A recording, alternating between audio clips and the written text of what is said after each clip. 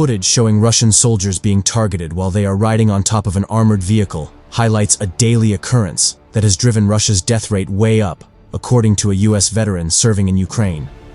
The video was shared by Ukraine's Strike Drones company, part of Ukraine's 47th Mechanized Brigade. It shows about a dozen Russian soldiers riding on top of a fast-moving armored vehicle that has smoke pouring out from it. As it slows to a stop behind another vehicle, the soldiers all rush to jump off as shells are seen exploding around them.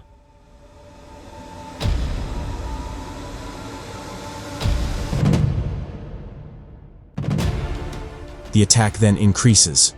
Some of the troops appear to be directly hit, some lie unmoving, and it is unclear if they are waiting, injured, or killed. The Strike Drones company said the soldiers involved were trying to storm Ukrainian positions, but were defeated before they reached their targets. Ryan O'Leary, a US veteran in Ukraine, described what happened in the video as a daily occurrence, 30-45 min apart for over a month straight. He said that this had driven up Russia's death toll. Which is why when people say X amount of Russians have been killed, don't actually understand anything.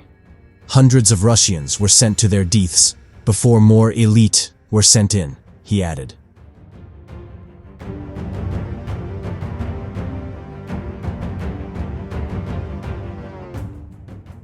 O'Leary is part of the Chosen Company, a group of international volunteer fighters supporting Ukraine's fight back against Russia.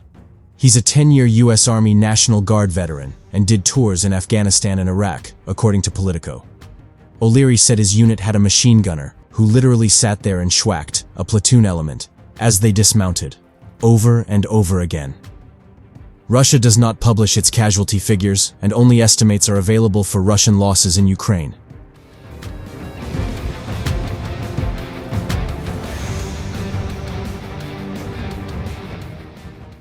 The UK Ministry of Defence said over the weekend that Russia had likely seen 355,000 personnel killed or wounded since it launched its full-scale invasion in February 2022. It also said that Russia's daily casualties in February were the highest since the invasion began, at an average of 983 a day. Russia has been accused by its own soldiers, by Ukraine, and by Western intelligence of treating its own troops as disposable, and of using meat grinder tactics to advance.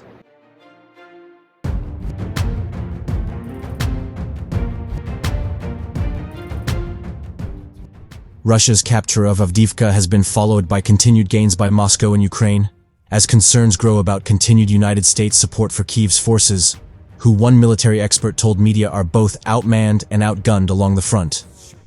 Russian forces have maintained momentum after Ukraine's retreat from the Donetsk town on February 17th, which was partly blamed on ammunition shortages. Moscow's advances since then have been incremental and are unlikely to be rapid in the short term, but holdups in Western aid for Kyiv threatened to hand Vladimir Putin the initiative.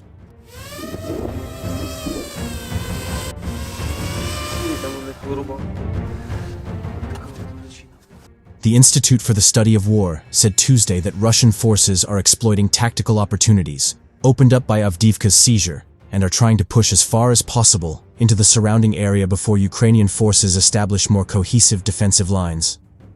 The previous day, Ukrainian Tavrisk Group of Forces spokesman Dmytro Lychovyi said his troops had withdrawn from Stepov, around 8 miles north of Avdiivka. Meanwhile, Russian sources have claimed Moscow's seizure of Tonenka to the south and other surrounding areas.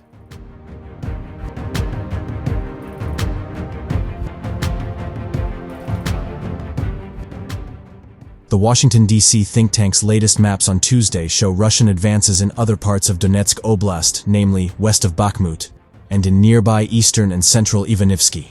Avdiivka was a Pyrrhic victory, but a victory nonetheless. The ground behind it is flatter, and the breaching of this stronghold calls into question Ukraine's overall strategy amid the holdup in U.S. Congress, said Zev Faintush, senior intelligence analyst at security firm Global Guardian.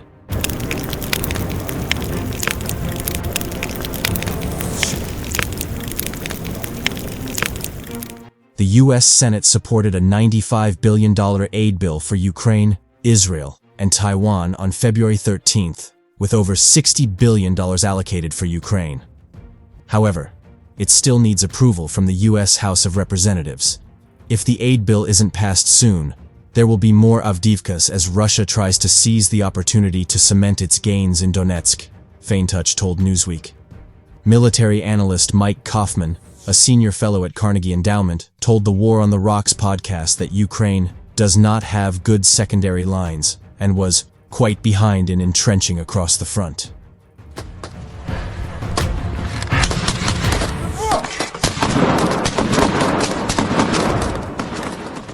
Behind Avdiivka, Ukraine has some defenses, but it is not a strong line, Kaufman said on February 24th.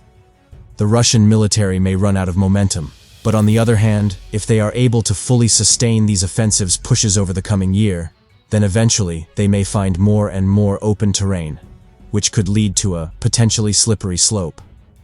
This week, Zelensky revealed for the first time Kyiv's official figure of losses, saying that 31,000 Ukrainian troops had been killed, although other Western estimates put the tally much higher.